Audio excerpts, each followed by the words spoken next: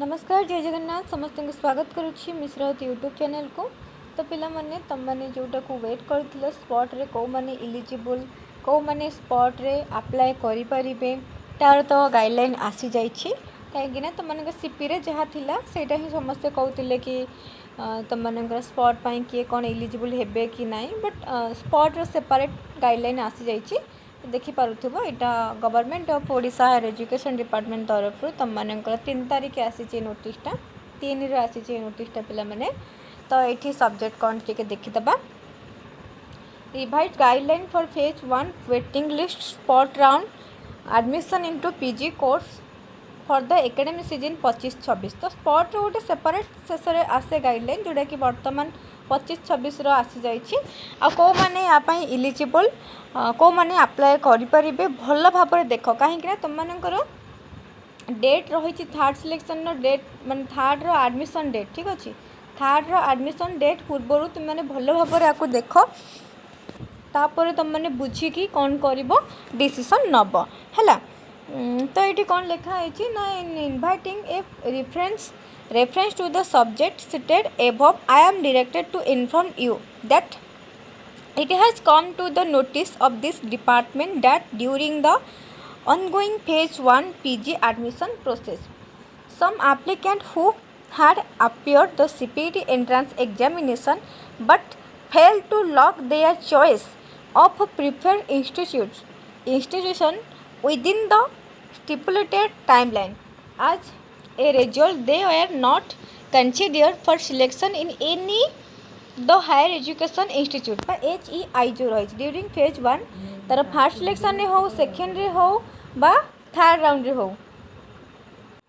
तो ये कौन कहगला तुम मानकर फर्स्ट राउंड रे हो माने फर्स्ट सिलेक्शन रे सेकेंड सिलेक्शन रे बा थर्ड सिलेक्शन रे हो ठीक अच्छे additionally some student have approached this department starting that they had either incorrectly mentioned the sequence of their choice of institution तो ये कौन अच्छी पिला माने जो माने फर्स्ट सिलेक्शन रे बा सेकेंड बा थर्ड कौटी भी तुम मैंने एडमिशन करिछो न करिछो बा टोटाल भी एमिति किछि पिला अछंती जो माने कि टोटाल कॉमन एप्लिकेशन फॉर्म बा तुम माने जो इंस्टीट्यूट कौटी कौन बोली चॉइस फिलिंग करनथिले किछि पिला थिले चॉइस फिलिंग करनथिले तो समस्त यहाँ मुझे कहूँ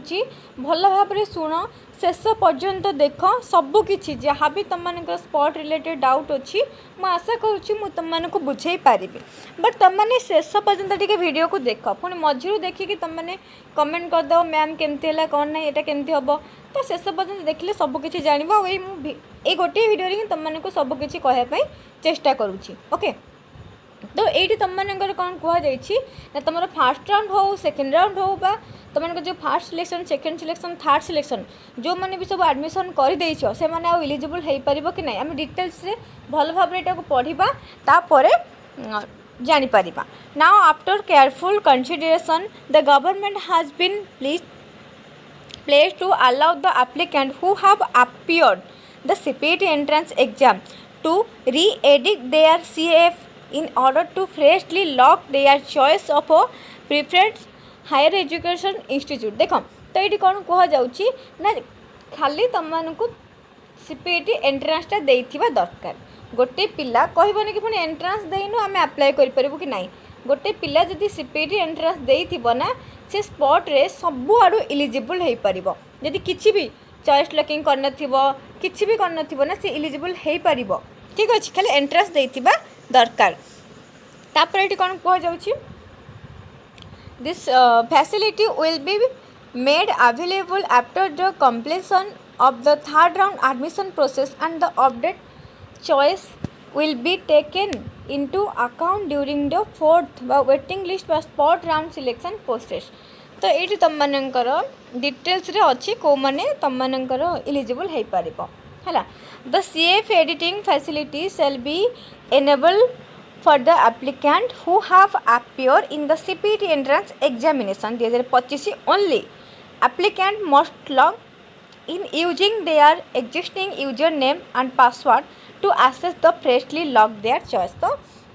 तमମାନଙ୍କ पाखे तुमर यूजर नेम और पासवर्ड थी देन तुम आउ थे फ्रेशली आउ थे तुमने तुमर चॉइस लॉकिंग कर लॉक देयर चॉइस ठीक अच्छे फ्रेशली तुम कर जोड़ा पूर्वर देते जो 10टा कॉलेज बा यूनिवर्सिटी तुमने देते से नुहे फ्रेशली तुमको आउ थे करार अच्छे okay they are not required to pay C A fee again for this revision तो ये कौन पे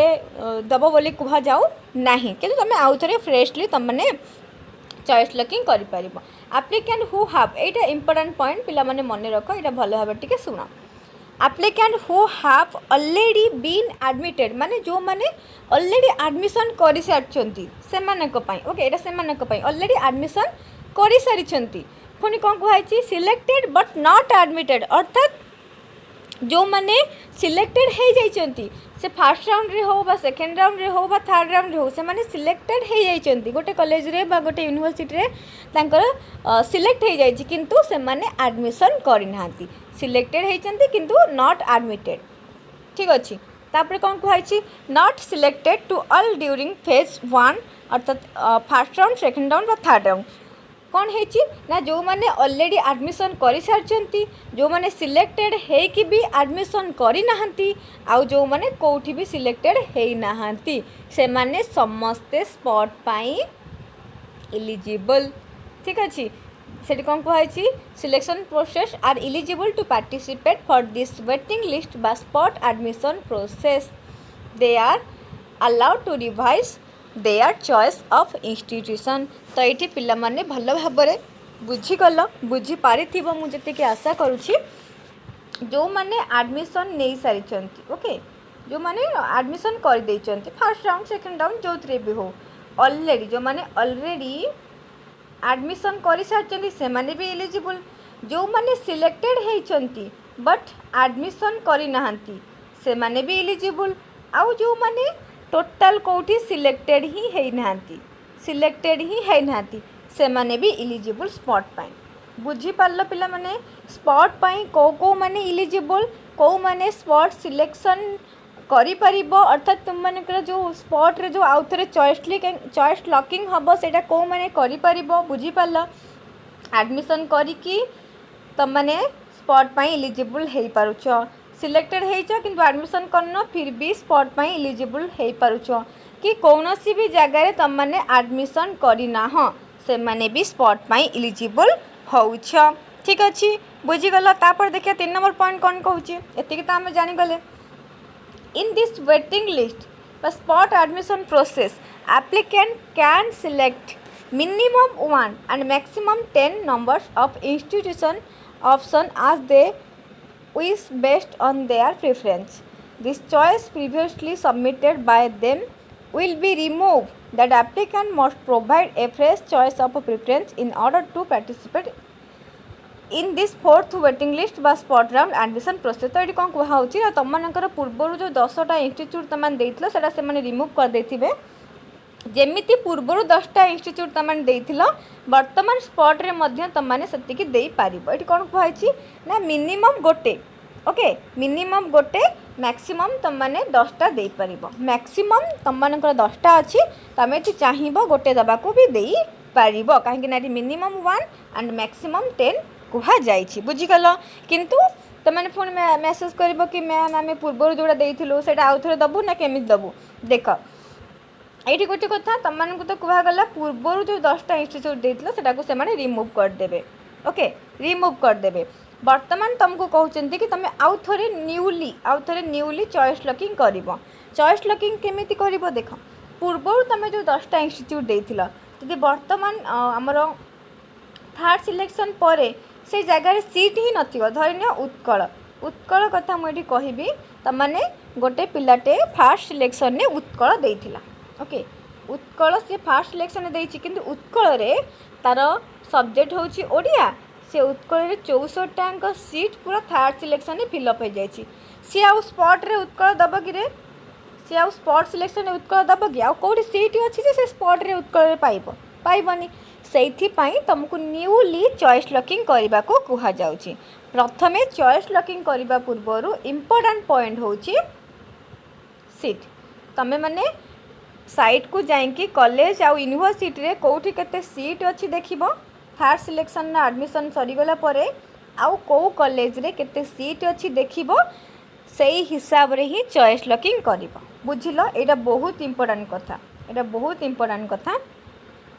फास्ट सब कॉलेज यूनिवर्सिटी गुड़िक सीट चेकिंग करिबो कोठी केते सीट अच्छी सेही हिसाब रे तमर जति मार्क अच्छी को कॉलेज तम मार्क पाखापाखी जाउची तम मार्क पाखापाखी से कटअप नौची ताकू देखिबो आउ तम माने ताकू चूज करिबो से कॉलेज बा से यूनिवर्सिटी को चूज करिबो बुझिलो एमिति ही तम माने तम मानकर स्पॉट राउंड जो सिलेक्शन अच्छी जो चॉइस लॉकिंग करिबो पूरा भाबी चिंती करिबो काहे कि ना तुमको यहाँ गोटे लास्ट चांस दि जाऊँगी जो मैंने टोटाल उपर कौटे एडमिशन करन तुमको ये गोटे लास्ट चांस दि जाऊँगी आपको जमी कहीं हाथ छड़ा न कर किसी भूल भाल न कर से आगुआ सबू किसी प्रिपेयर होकि तुम मैंने भाभी चिंतिकी जहाँ करवा कथा कर ठीक अच्छे ये कहीदे केबेठार तुमर कौन अच्छी ये देख 14 जुलाई 14 जिले में तुमर कमन एप्लिकेशन फॉर्म बा जो CAF रही फिलअप कर मैंने आउ थे चॉइस लॉकिंग कर ओके मिनिमम 1 एंड मैक्सिमम 10टा फ्रेश ऑप्शन तुमको चूज करार अच्छी 14 ରୁ 17 भितर भल भाव डेट गुड़िक मन रख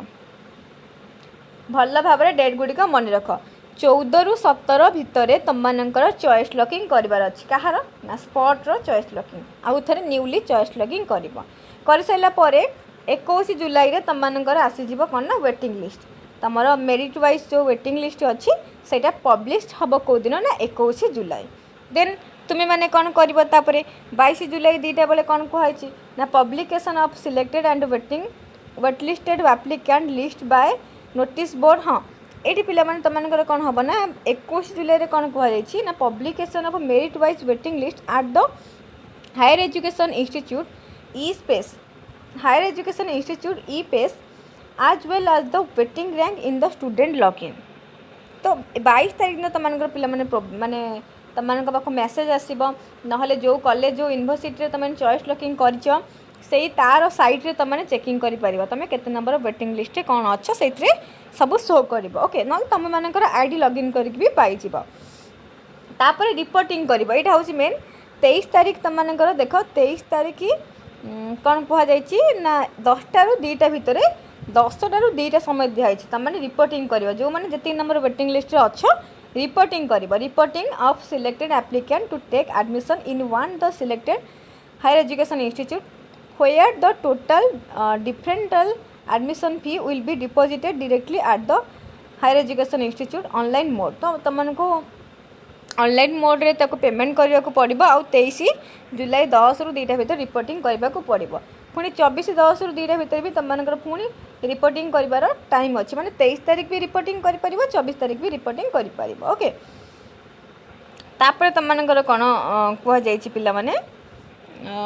23 ରୁ 25 भितर जो मैंने सब जो आसी मैंने जाइए रिपोर्टिंग कर 23 और 24 admission updation of the selected waitlisted student data अच्छा 25 तारीख भितर तुमको डाटा आसीज कि कौ मैंने सब कौन एडमिशन कले कौन ना ठीक अच्छे एति बुझिल मेन पॉइंट हूँ 14 ରୁ 17 क्या यहाँ तुम हाथ में गोटे लास्ट चांस आउ थे चॉइस लॉकिंग कर आउ थे चॉइस लॉकिंग कर लास्ट चांस भल भाव में मन रख पिला माने 14 ରୁ 17 14 जुलाई ରୁ 17 जुलाई भितर तुमको चॉइस लॉकिंग करार अच्छी तापर वेटिंग लिस्ट कौन ना कौन सब एना टी तुम मान मुंडे पशबनी मुझे स्वतंत्र तुमको वीडियो नहीं आसबि केमी कौन सिलेक्टेड हम तार कौन प्रोसेस रही देन तुमको कौन करने को पड़ो ठीक अच्छे से विषय में नेक्स्ट गोटे वीडियो करके नहीं आसबि बट तुम मैंने जी कहली से भल भाव बुझ।